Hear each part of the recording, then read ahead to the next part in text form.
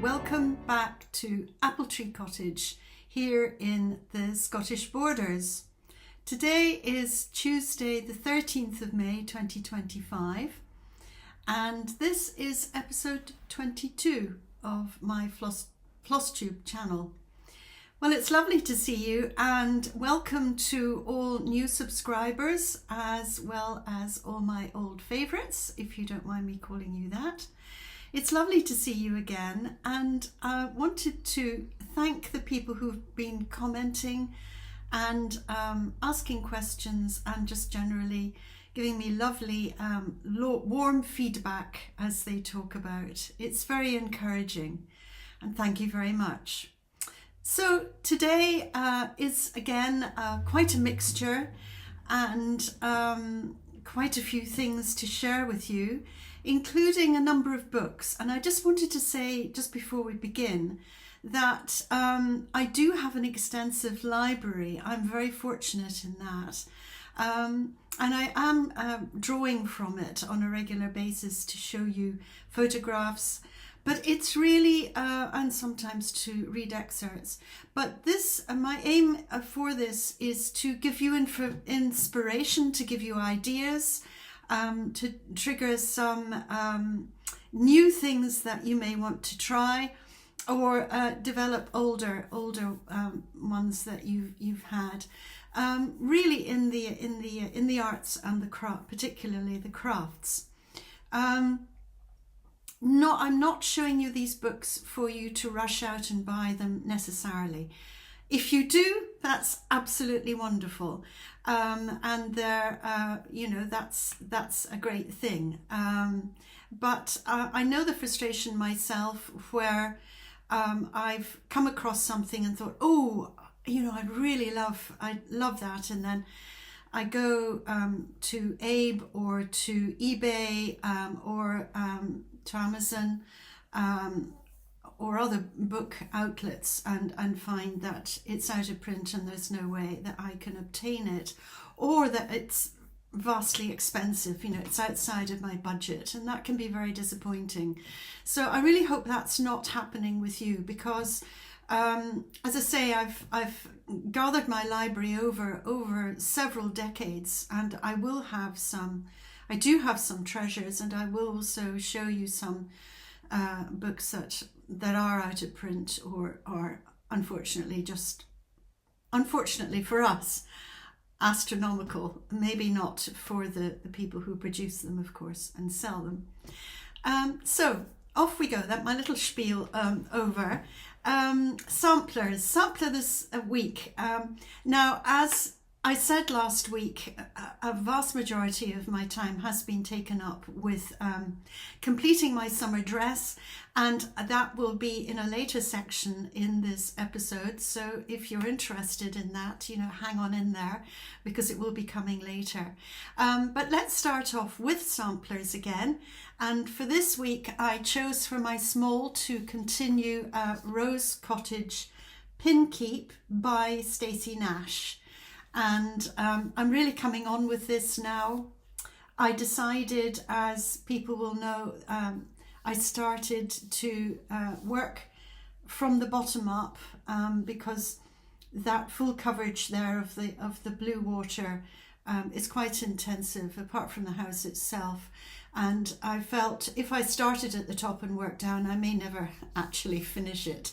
So I went straight in on the bottom, and I've worked along that, and then I have completed the house. So this past week I decided I would go up to the top and just, not cut, but stitch all the way up in a little sort of channel to get up to the top, and then maybe come along the first alphabet there and work back down again and sort of meet myself in the middle. So that's the strategy. And this is what it looks like. So there we have the blue at the bottom, and I've done part of that big plant and completed the house, and then I just came up the lines of stitching, counting them carefully so that they will be the bands that then come up to the top alphabet. So it maybe doesn't look like a huge amount that I've done, and for some people it isn't, but you know, you do what you can. So there we are, that's Rose Cottage Pin Keep. It's on Weeks Dye Works Confederate Grey 32 count. I'm enjoying this linen, and I'm using DMC, lovely DMC threads for that one. So the next sampler that I have been working on this week, again, not a huge amount because there's a variety of things have gone on this week, including gardening. I hope you like my tulips. I love them. It's difficult to cut them because they look so beautiful in the garden as well, but I thought I would cut some today so that you would enjoy them indoors with me. So the next one I was working on is My Heart Can Rest by Blackbird Designs. And they have adapted an old French, evidently French, sampler, and they've added a bird to that house there. And I decided that no, I wasn't particularly interested in doing a bird. I am choosing to go with the little house with the flag. That's the original there, and I thought, oh no, that'd be rather fun to go back to the original and put a flag on rather than the bird.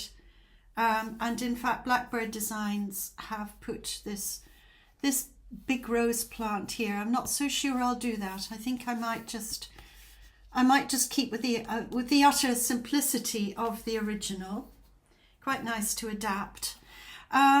So what did I manage to do? Well, I managed to complete along the top border and get that finished. It's a very, very straightforward, simple border. I finished the third bud of the rose and a leaf. And you can see there I work with a hoop. I do like working under tension. So it's, do you know, this is so sweet. I'm really enjoying this one. There's a really sweet simplicity of feel to this particular sampler.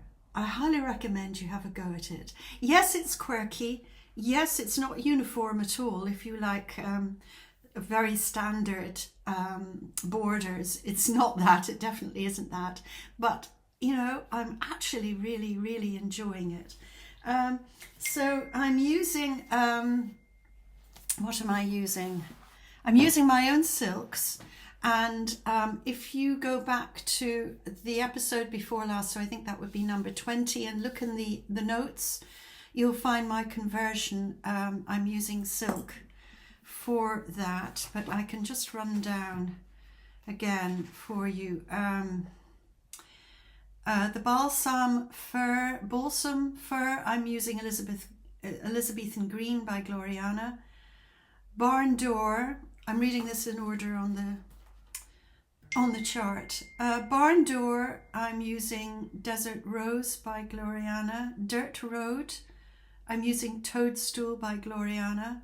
Fool's Gold, I'm using Honey Bronze by Gloriana. Gingerbread, I'm using Italian Gold by Gloriana. Jakey Brown, I'm using Dried Pink Roses by Gloriana. Mossy, which is that very bright green, I'm using Leaf Green by Gloriana, and I did look up Mossy. It's by Classic Colour Works.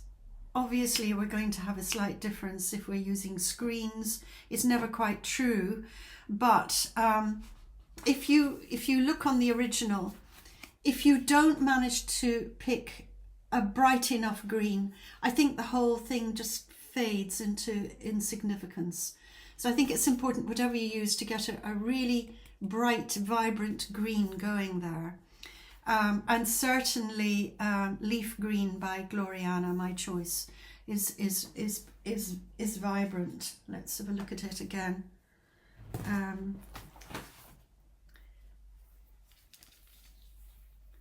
you see it's really jumping out beautifully? And on the top there, I'm using it on the top row as well. I think you have to have that to balance the Elizabethan green, which is so dark it almost looks black. To go on, Peanut Brittle, I'm using 2212 by Aversois. Pelican Grey, I'm using Sable by Gloriana. Pine Needles, I'm using Olive Grove by Gloriana. Used Brick, I'm using Rose Blush by Gloriana.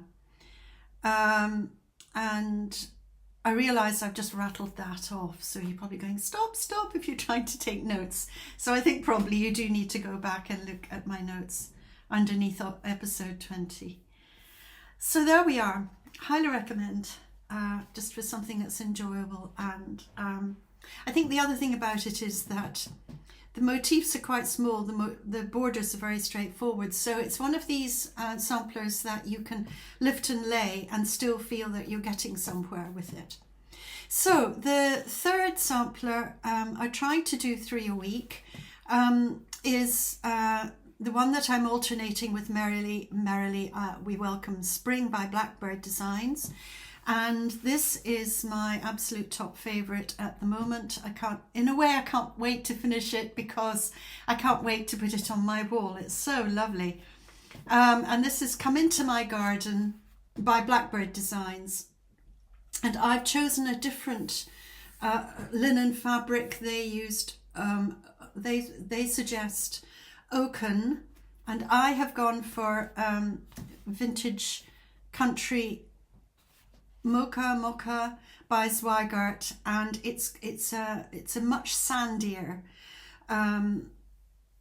colour to it, and I think that works better. That's my personal opinion, but I'm very happy with this rather more sandy linen colour, in that I think the oranges and the blues of the orangey pinks and the blues of the actual a sampler work better with this background than the oaken, which, is it oaken? Let me just see, just double check.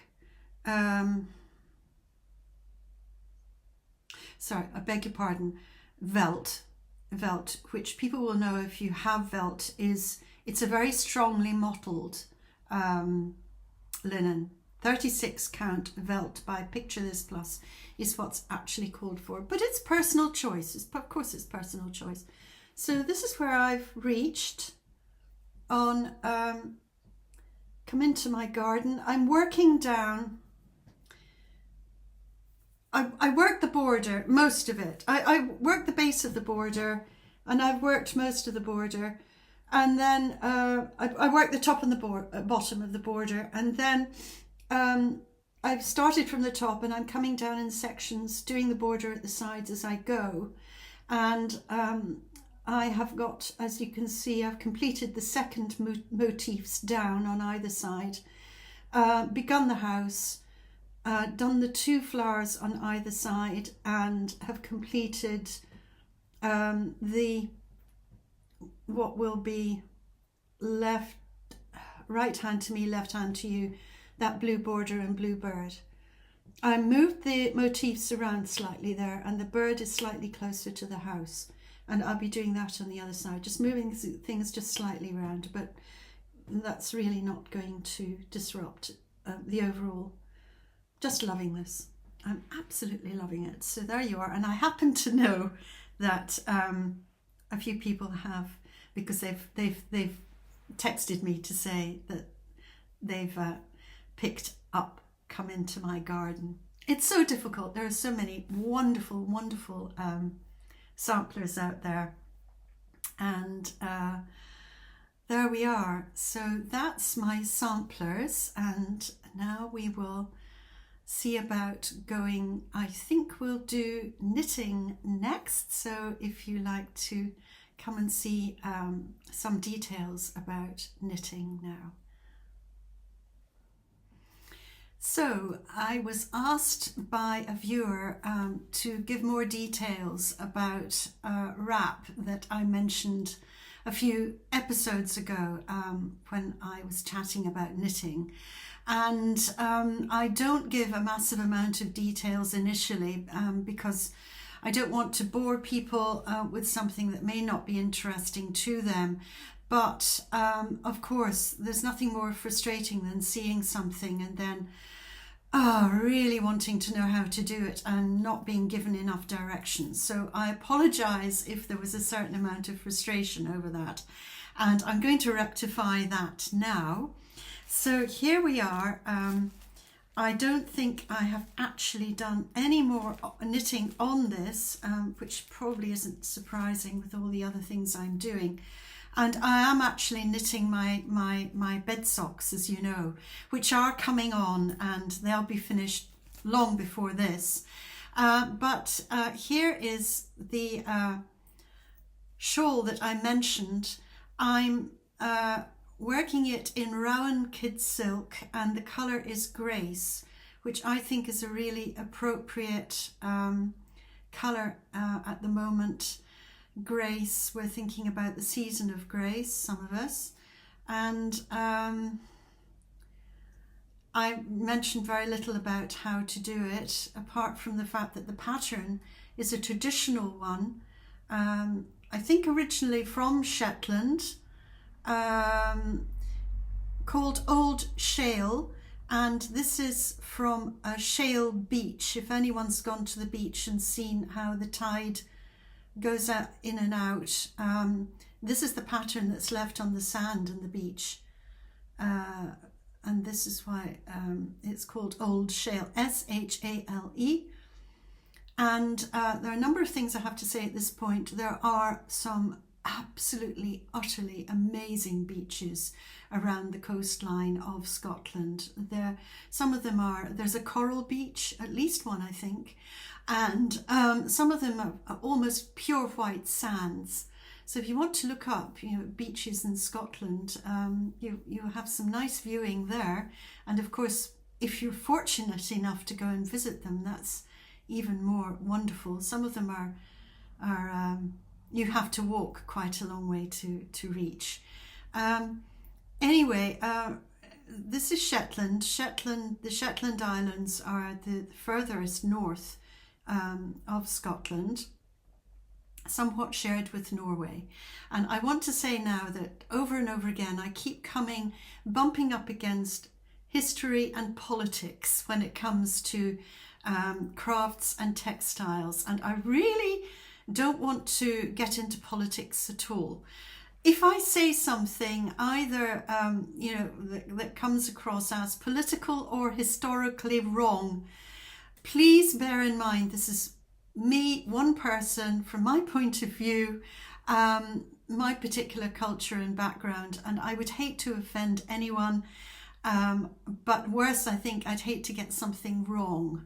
So just ahead of time, because we all make mistakes and we can only do our best.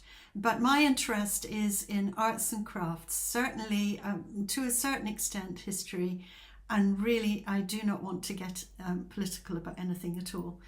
It doesn't interest me. I love making things with my hands, and other areas in life that have nothing to do with politics. So just a small aside there. Small aside, that was a long aside. So there is, I'm calling it a wrap.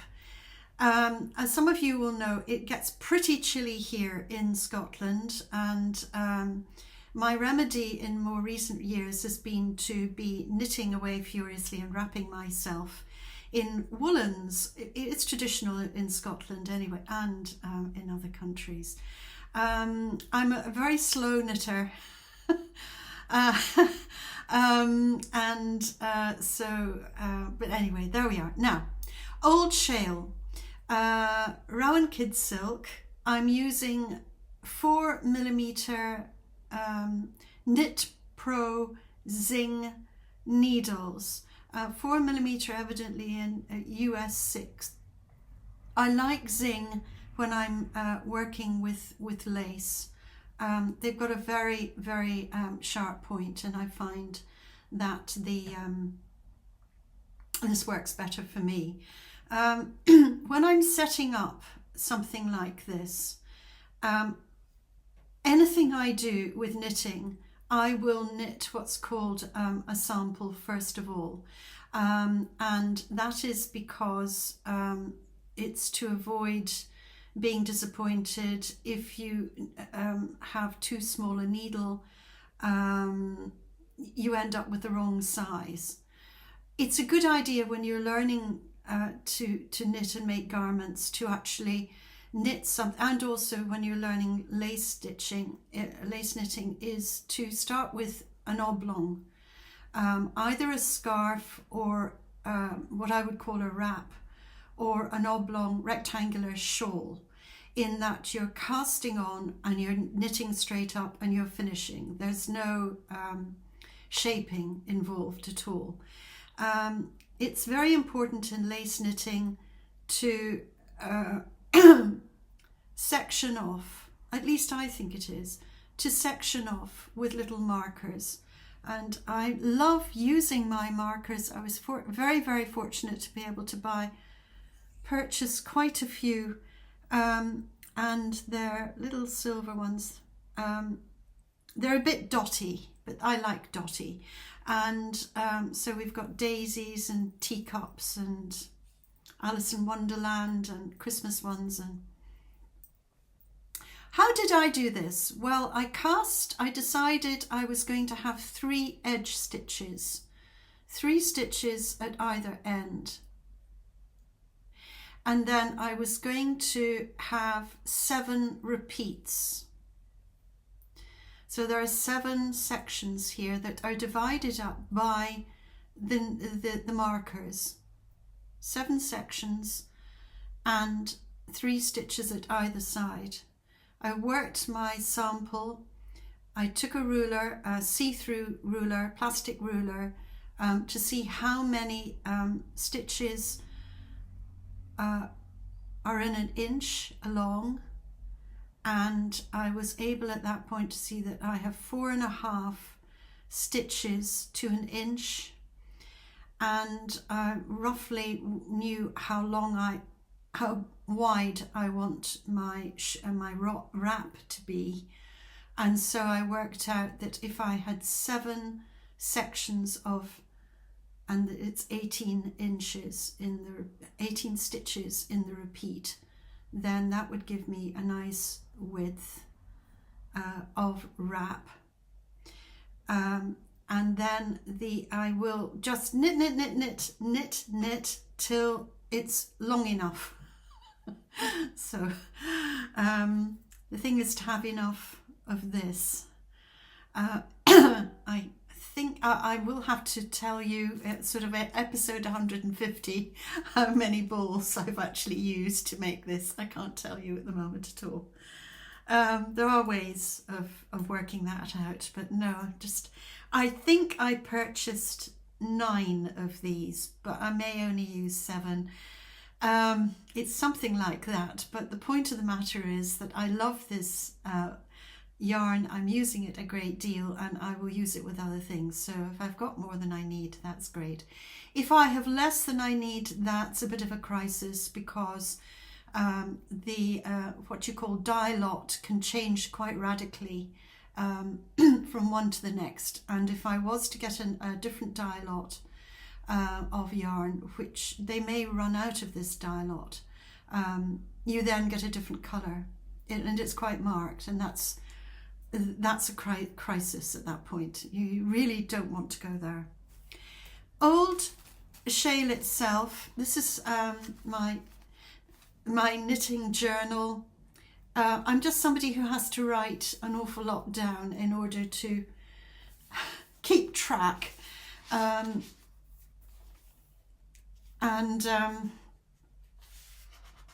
This is partly because I'm sort of designing things myself, and it's also, look there, as soon as I finish a row I tick it.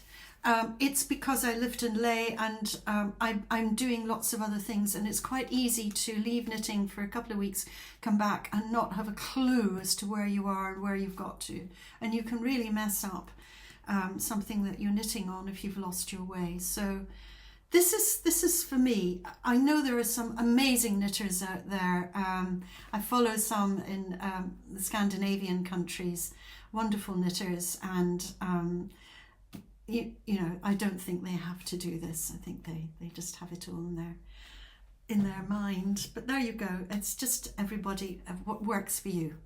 So the old shale pattern, it's my pattern box, and the old shale,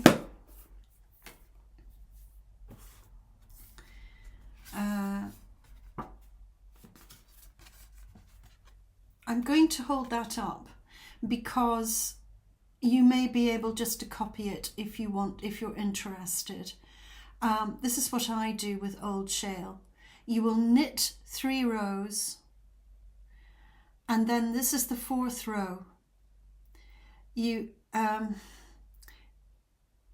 knit 2 together 3 times,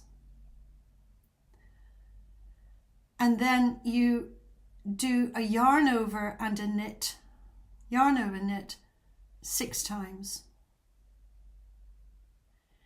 and then you knit 2 together 3 times, and that, as you can see, gives you the 18 stitches. And then I'm repeating that across 7 sections, and then I end with the other 3 end stitches here. So if you wanted it wider, you would repeat those 4 rows. No, you would repeat the 4th row. No, you would repeat the whole thing 8 times or 10 times, or you know, however, if you wanted a much wider one.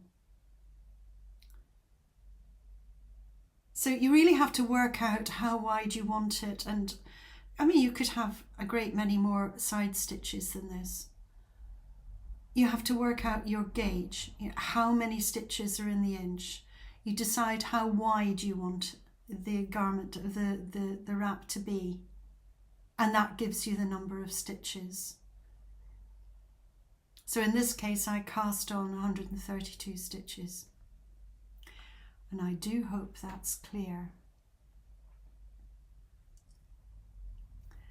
And happy stitching. I was coming across something that I thought might be of interest to some of you, really quite unexpected in my ramblings through my library and my needlework ideas in the last week. And I know that a great many of my followers are cross stitchers, particularly with samplers. And so I was really intrigued to find something in a book that I had in my library for quite a while. It's Elizabeth Bradley, Needlework Antique Flowers. Elizabeth Bradley I have known for quite a number of years. I quite often went into a shop in the UK called John Lewis, and I would come across her kits in the needlework section there, and they always jumped out at me.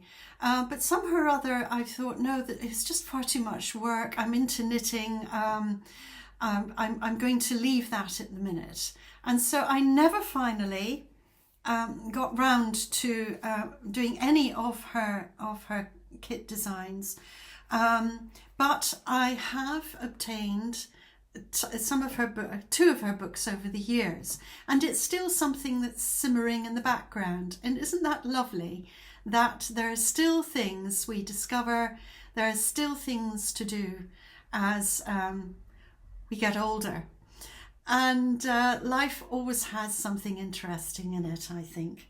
So with this one, Needlework Antique Flowers, as I say, I was just sort of rambling through my library and picked this up and went and got a cup of tea and came across something that I thought would be interesting to sampler stitchers, in that she has taken the idea of a sampler and made it into her what is canvas cross stitch.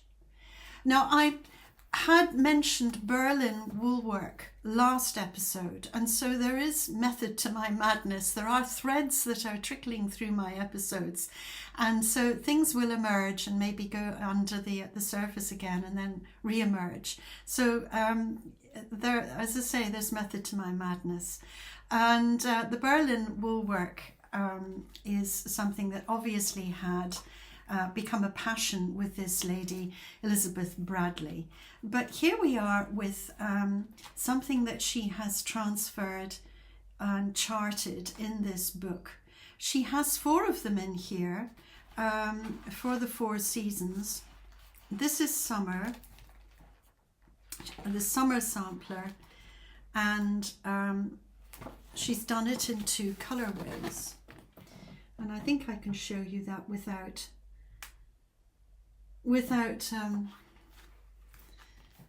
giving away too much. What intrigued me about this was the fact that our number one interest really is in samplers themselves and in reproduction, or creating our own designs, or following contemporary designers. And we are stitching on linen, but if you wanted to make a cushion that was more hard wearing, or a chair cover if you were very adventurous, then it's much better to go to the thing that a lady like this advocates, which is a rougher, firmer fabric called canvas. But it's still cross stitch. And she talks about a full cross stitch and also a half cross stitch, which can be called 10th stitch. And so just an idea there that perhaps going for a rather more hard wearing, I don't think I can show you that because it has the chart on that side. Let's see. Oh, here's her winter sampler. She calls it her winter sampler. So if you haven't come across Elizabeth Bradley, I think that's someone to look out for. I really do. Her other book, she produced 2 books. I've no idea whether this lady's still alive or not. These books were published in, I think it was 1990. Yes, 1990 and 1993. So this is her first book. And I have to say, often when people produce 2 books, the first book will often be better and the second book is more of a follow-up. So if you were interested, I think probably I would advocate, if you are buying it, going for this one, her first book. And it's called Decorative Victorian Needlework. And this is where you have the idea that this lady has been inspired by Berlin woolwork. And this is a very, very good example of the type of needlework that was called Berlin, is referred to as Berlin woolwork. There it is in the back. And I think this is a rather more successful book because she has actually gone back to source, and many of her charts here are from her actual collection of Berlin woolwork. This is what I would love to do. I have a really tatty chair in my conservatory that would really need to be recovered, and that is what I would love to do. I would absolutely love to do that. And where do you get the time? Where do you get the time? Well, the other thing about this is that I am a pianist, and as well as the finer needlework, and I do have to, the gardening as well, I do have to look after my hands and my fingers. As some of you will know, I did damage my forefinger last year and had to stop knitting for about 3 months. It's fully recovered now, but I do have to look after my hands. And I think we all do. And if we're finding that we've chosen a technique or materials that are just too rough for our hands, we may have to back off. On the other hand, pardon the pun, you may find that the heavier canvas, and you work with wool, of course, is just completely what you've been looking for all of your life. Now, this is a beautiful book. It's really lovely, lovely, lovely work, and I'm going to cover it with going to cover this, I think, with a bit of paper. Let's see if I can get some paper out here, and because I don't want to show you the chart. That's one of my paintings, which I could chart, I suppose. I could chart one of my paintings if I have the time. Anyway, here we are. There's a picture of some of her work. She does cushions, she does rugs,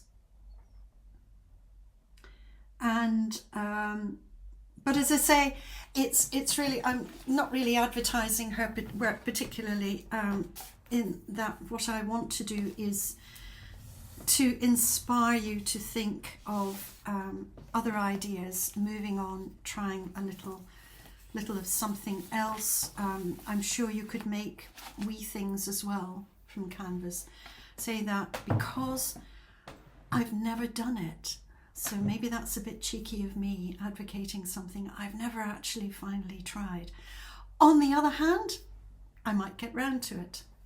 The other book that I obtained is the Anchor series. Now, the Anchor series, like the Observers series, was a wonderful, wonderful series, and I really, really regret that they are quite hard to find now. But if you can, that's great. I got this on eBay, wonderful, wonderful eBay.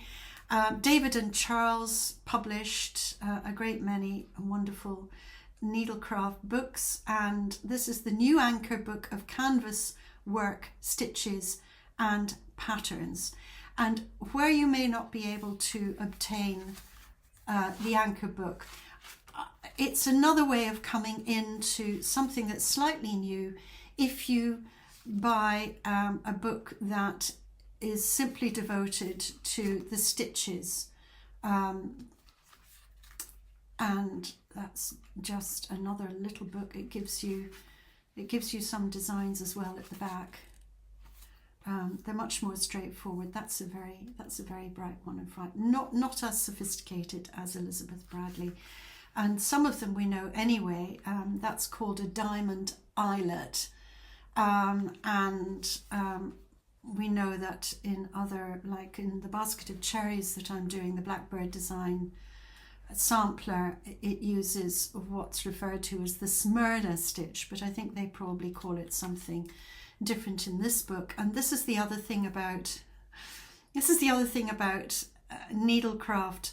Often the same thing will be called a different name according to a different country, a different tradition, and a different culture. So there aren't maybe as many stitches as you think that there are. There's still, at the end of the day, a particular number of stitches. So if you want to start working in wools rather than cotton thread or silk, and on canvas, I'm hoping I'm inspiring you with that.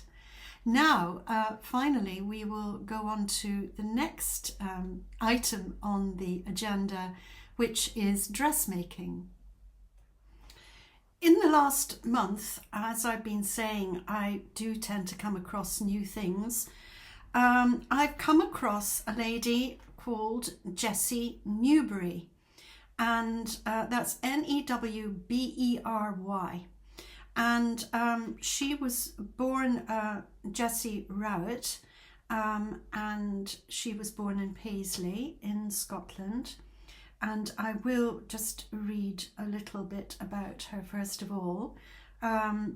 Jessie Newbery was born in Paisley and educated in both Paisley and Edinburgh before she became a student at Glasgow School of Art. She married the headmaster, Francis Newbery, in 1889. In 1894, she established her embroidery classes with the assistance of Miss Dunlop. Mrs. Newbery also taught enamelling from 1895 until 1899 and mosaic work from 1896 until 1898. And I think that links to my comment before about matching your gifts, interests and talents, but also your physical ability with whichever handicraft you decide to choose. And she certainly had a wide variety that she was able to try her hand at. In 1906, she instituted an annual prize for embroidery, which in 1915 was awarded to her younger daughter Mary, who herself became an accomplished artist. Mrs. Newbery retired in 1908, and during her 14 years as head of the embroidery department, her work was shown at many exhibitions in Britain, France, Germany, Italy, and the United States. Her work was particularly appreciated in Germany. And so I came across her, and she was the lady who really did inspire me to have a go at making a summer dress with embroidery. Now, I'd known from another lady I really admire, May Morris. She also embroidered her dresses. But it was this dress that sort of jumped out at me about Jessie. Here's a photograph of her here. And she's very elegant, isn't she? She has an amazing hat. I love hats, by the way. And very elegant, very poised lady, and extremely gifted. She was the one who actually invented what's called the Glasgow Rose. Mackintosh took it up and he made it really famous. But it was a lady who actually invented the Glasgow Rose, and I will be speaking much more about that in later episodes. So Jessie Newbery. Newbery was an icon of artistic dress, preferring a style that was a fashion of the 19th century fashion of aesthetic dress, an uncorseted style inspired by mythological and historical characters, as worn by Jane Morris. And of course, Jane Morris was May Morris's mother. And Jane Morris and her circle, and rational dress, a movement which aimed to free women's bodies from restrictive clothing. Newbery found popular fashion unsuited to the physical demands of her profession, as well as downright ugly. By the early 1900s, she had begun to combine embroidery into her outfits with embroidered collars, belts and cuffs, embellishing loose silk, velvet or lightweight wool dresses. Her style was copied by many of her students at the Glasgow School of Art, who she also taught to embroider their own clothes. And as I was mentioning, I certainly was taught how to make my clothes, or some clothes, at school, but we never, oddly enough, were taught to, or given the idea that we could embroider our clothes, which seems a pity. So here is the dress. It's a very good photograph in this book. There's a yoke and a little sort of sleevelet over the sleeve, both embroidered. The little collar is embroidered, and the belt, and then the cuffs. That's about the best photograph I could obtain about that dress. You may be able to get a better one than I have. This is a dress designed and made by Jessie Newbery for Lady Mary Murray in 1902. And it says here silk with silk embroidery and lace detail. It's 58 inches, that's the length of the centre front, and 63 inches, the length of the centre back. And evidently it's in Manchester Art Gallery. So it might be worth, though often if you want something, you have to actually contact the museum or gallery because they have a huge collection of things and it may not be on show. I have no idea if that is or not. And so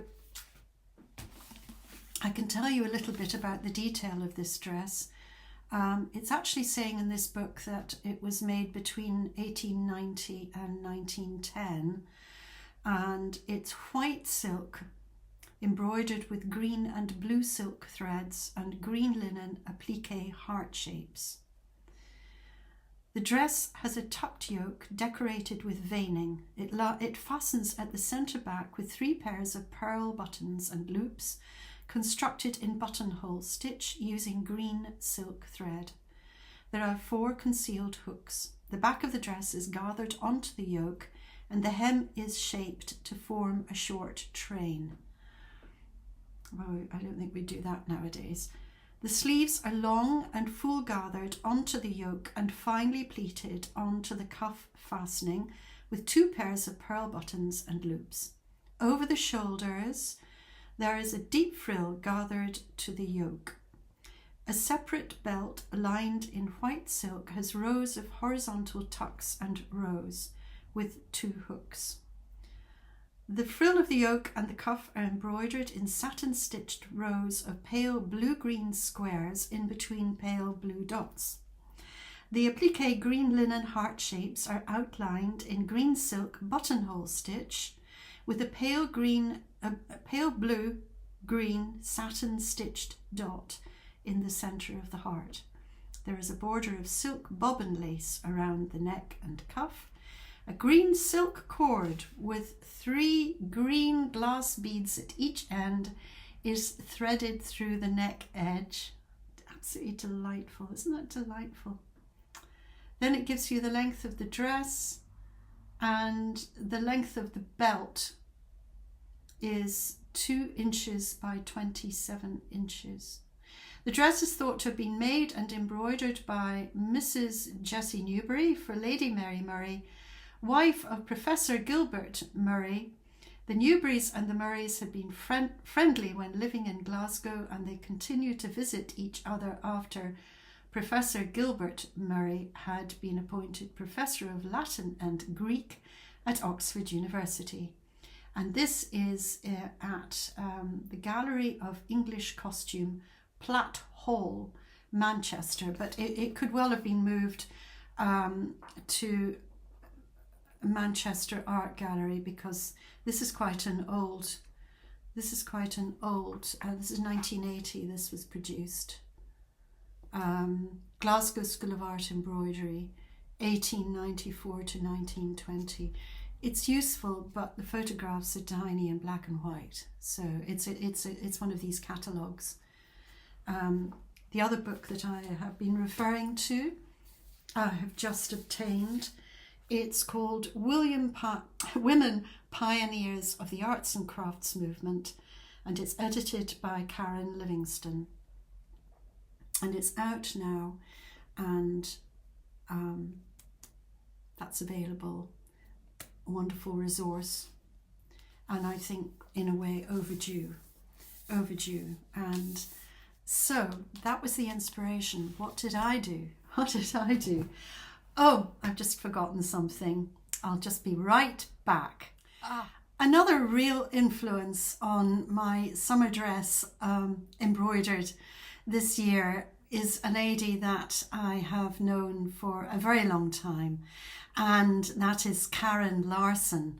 She actually was contemporaneous with Jessie Newbery, and she was Swedish, and she was a wonderful artist again in her own right, and had been oil painting, but with marriage, and I think it was 8 children, she had devoted or directed or redirected her artistic abilities to making a wonderful home. Her home decor is just marvelous. And she also, of course, made her own. She also knitted and she made her own clothes. And this has been an inspiration for me. So here's and of course she was painted a great deal by her artist husband, Carl Larsson. And here she is with one of her children in an absolutely lovely dress. I think this lady was really quite small. No, I don't know, but she certainly has quite very high waists, or in fact no waist at all. She might have worn a belt with these dresses when she was going out, but you can see the loose flowing lines of the dress that she was wearing, and perhaps she did away with corsets as well. I have no idea. It does look like it from her clothing here. Pretty domestic life, so she certainly wore aprons and pinafores in this sort of lovely style. And there is a painting of her with a child, and she is in a striped dress. I can't find it, but when we think about the Larsson interior, we're certainly thinking about blue and white stripes, and she certainly had that in her children's clothing, at least in one of her own dresses, and actually as chair and seat covers and sofa covers. And so that's what I chose, and this is the finished article, and I have stitched it, made it up with an old pattern which I adapted, I have to say. I think it was simplicity. I can tell you next week if you're interested, but I did adapt the pattern, and I embroidered the cuffs. And here you can see one of the cuffs. They're my own design, but inspired by the type of work, embroidery work, that was instigated by Jessie Newbery. And there is actually a square of white cotton which I have embroidered over, and I have caught down the square white with buttonhole stitch, and then just done satin stitch in the blues and greens and slightly purplish, which is sort of rather traditional colours there.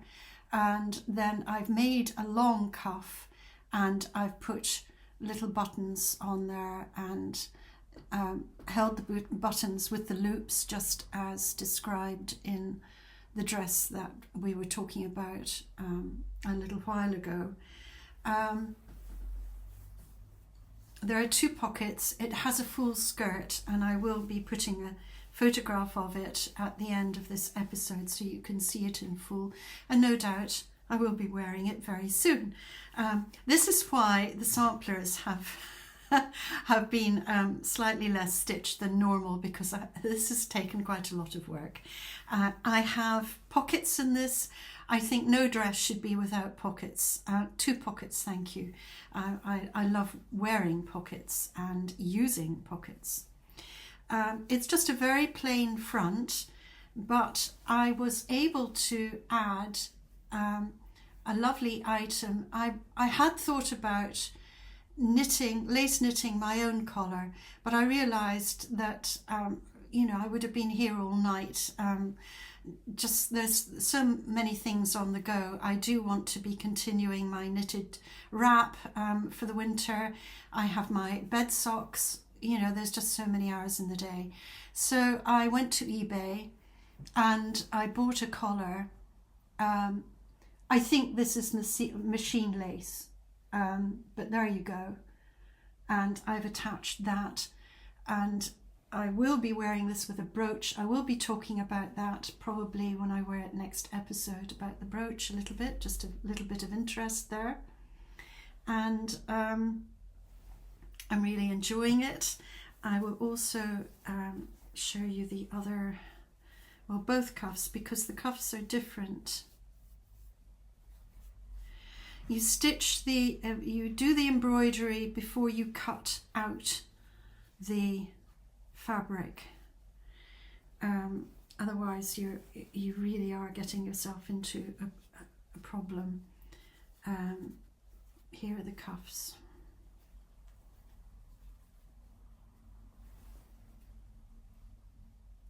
I'll put a proper photograph, a closer photograph at the end of the episode, and I'll probably put them on Instagram as well. Little designs there. And I actually had bought another collar on eBay, which I think should go on my Christmas dress. I want to make a velvet dress for Christmas. It won't be actual real velvet, but you know. And this is, again, it's machine stitched.